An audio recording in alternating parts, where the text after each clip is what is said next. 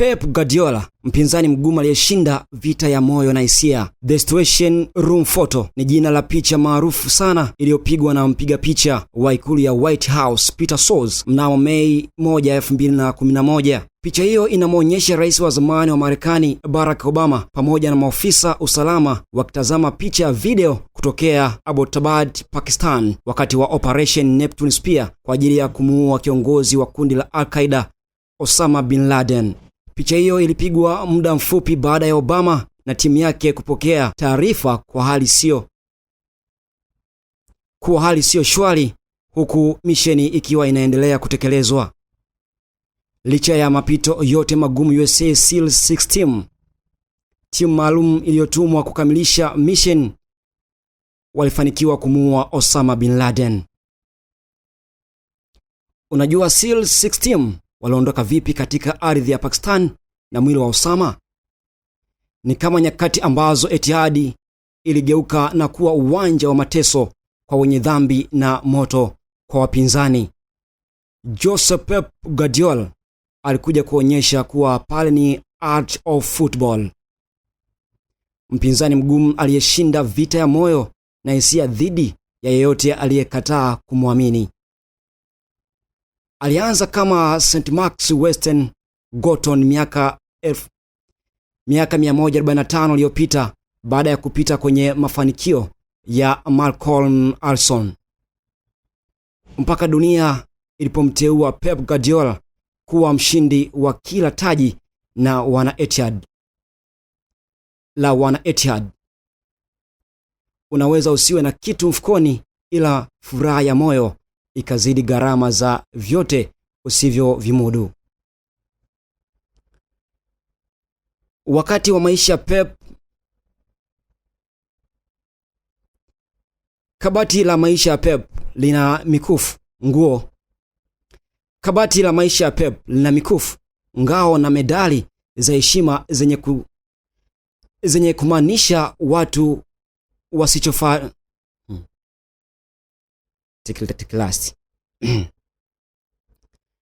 Kabati la maisha ya Pep lina mikufu, ngao na medali za heshima zenye kumaanisha watu wasichofurahia kinachoendelea. Pep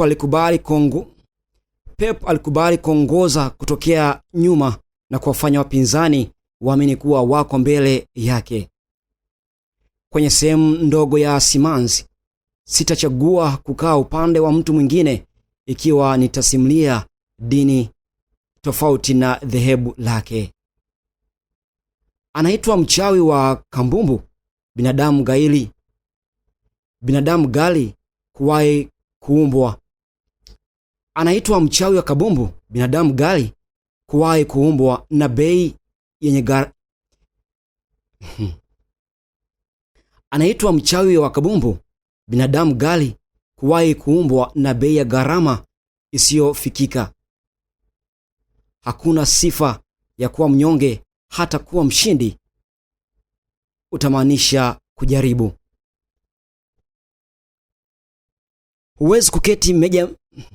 Huwezi kuketi meza moja na wafalme ikiwa fikra na mawazo yako yanawaza kitumwa. Kwa Pep anastahili falme kwa rekodi ya kubeba taji la EPL mara 4 mfululizo. Ni wazi ulimwengu unajua hatima ya Pep ni ligi kuu soka nchini England, ambapo hadi sasa alifungua mioyo ya makocha kadhaa. Bila shaka inaomba kubadilishwa mpinzani. Juu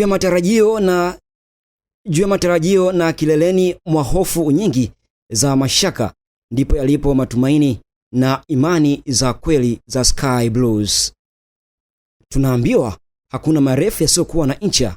Hatimaye mwisho wa mashindano ni lazima bingwa apatikane. Ilimchukua msimu mmoja pekee Pep kujua ligi kuu soka England. Kuijua ligi kuu soka England ni kama alibadilishiwa siku tu kwenye ndoa ile ile. kutoka Nou Camp ilipo pepo ya soka mpaka the Bavarians Munich, hadi zilipo kelele za mashabiki wasiojua ubovu na kikosi chao wala uimara wa wachezaji wao. Yeye akachagua kuwapa furaha kama zawadi ya kumbukumbu za uwepo wake. No doubt he is a master class.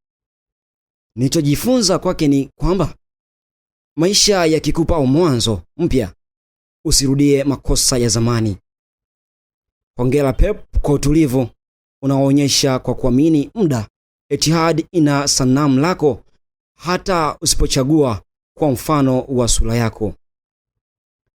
Hata lisipochagua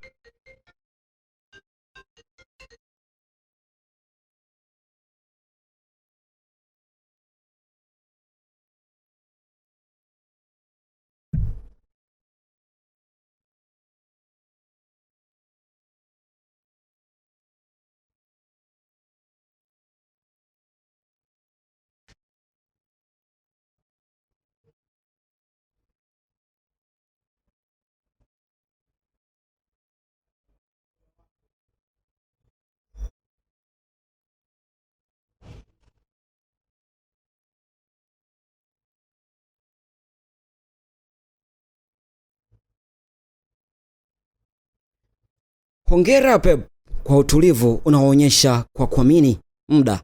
Etihad ina sanamu lako hata lisipochongwa kwa mfano wa sura yako.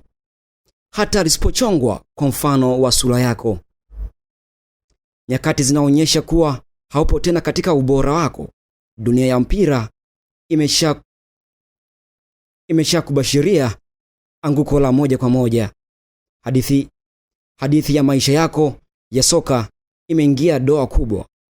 Ni kama simulizi tamu ya mapenzi ambayo mwandishi kaimaliza vibaya. Wakati huu ni wewe peke yako kwenye chumba chako cha siri. Tunasubiri huenda ukaibuka tena na mbinu mpya. Andrew Nehemia. Naitwa Andrew Nehemia, nilikusomea makala hii.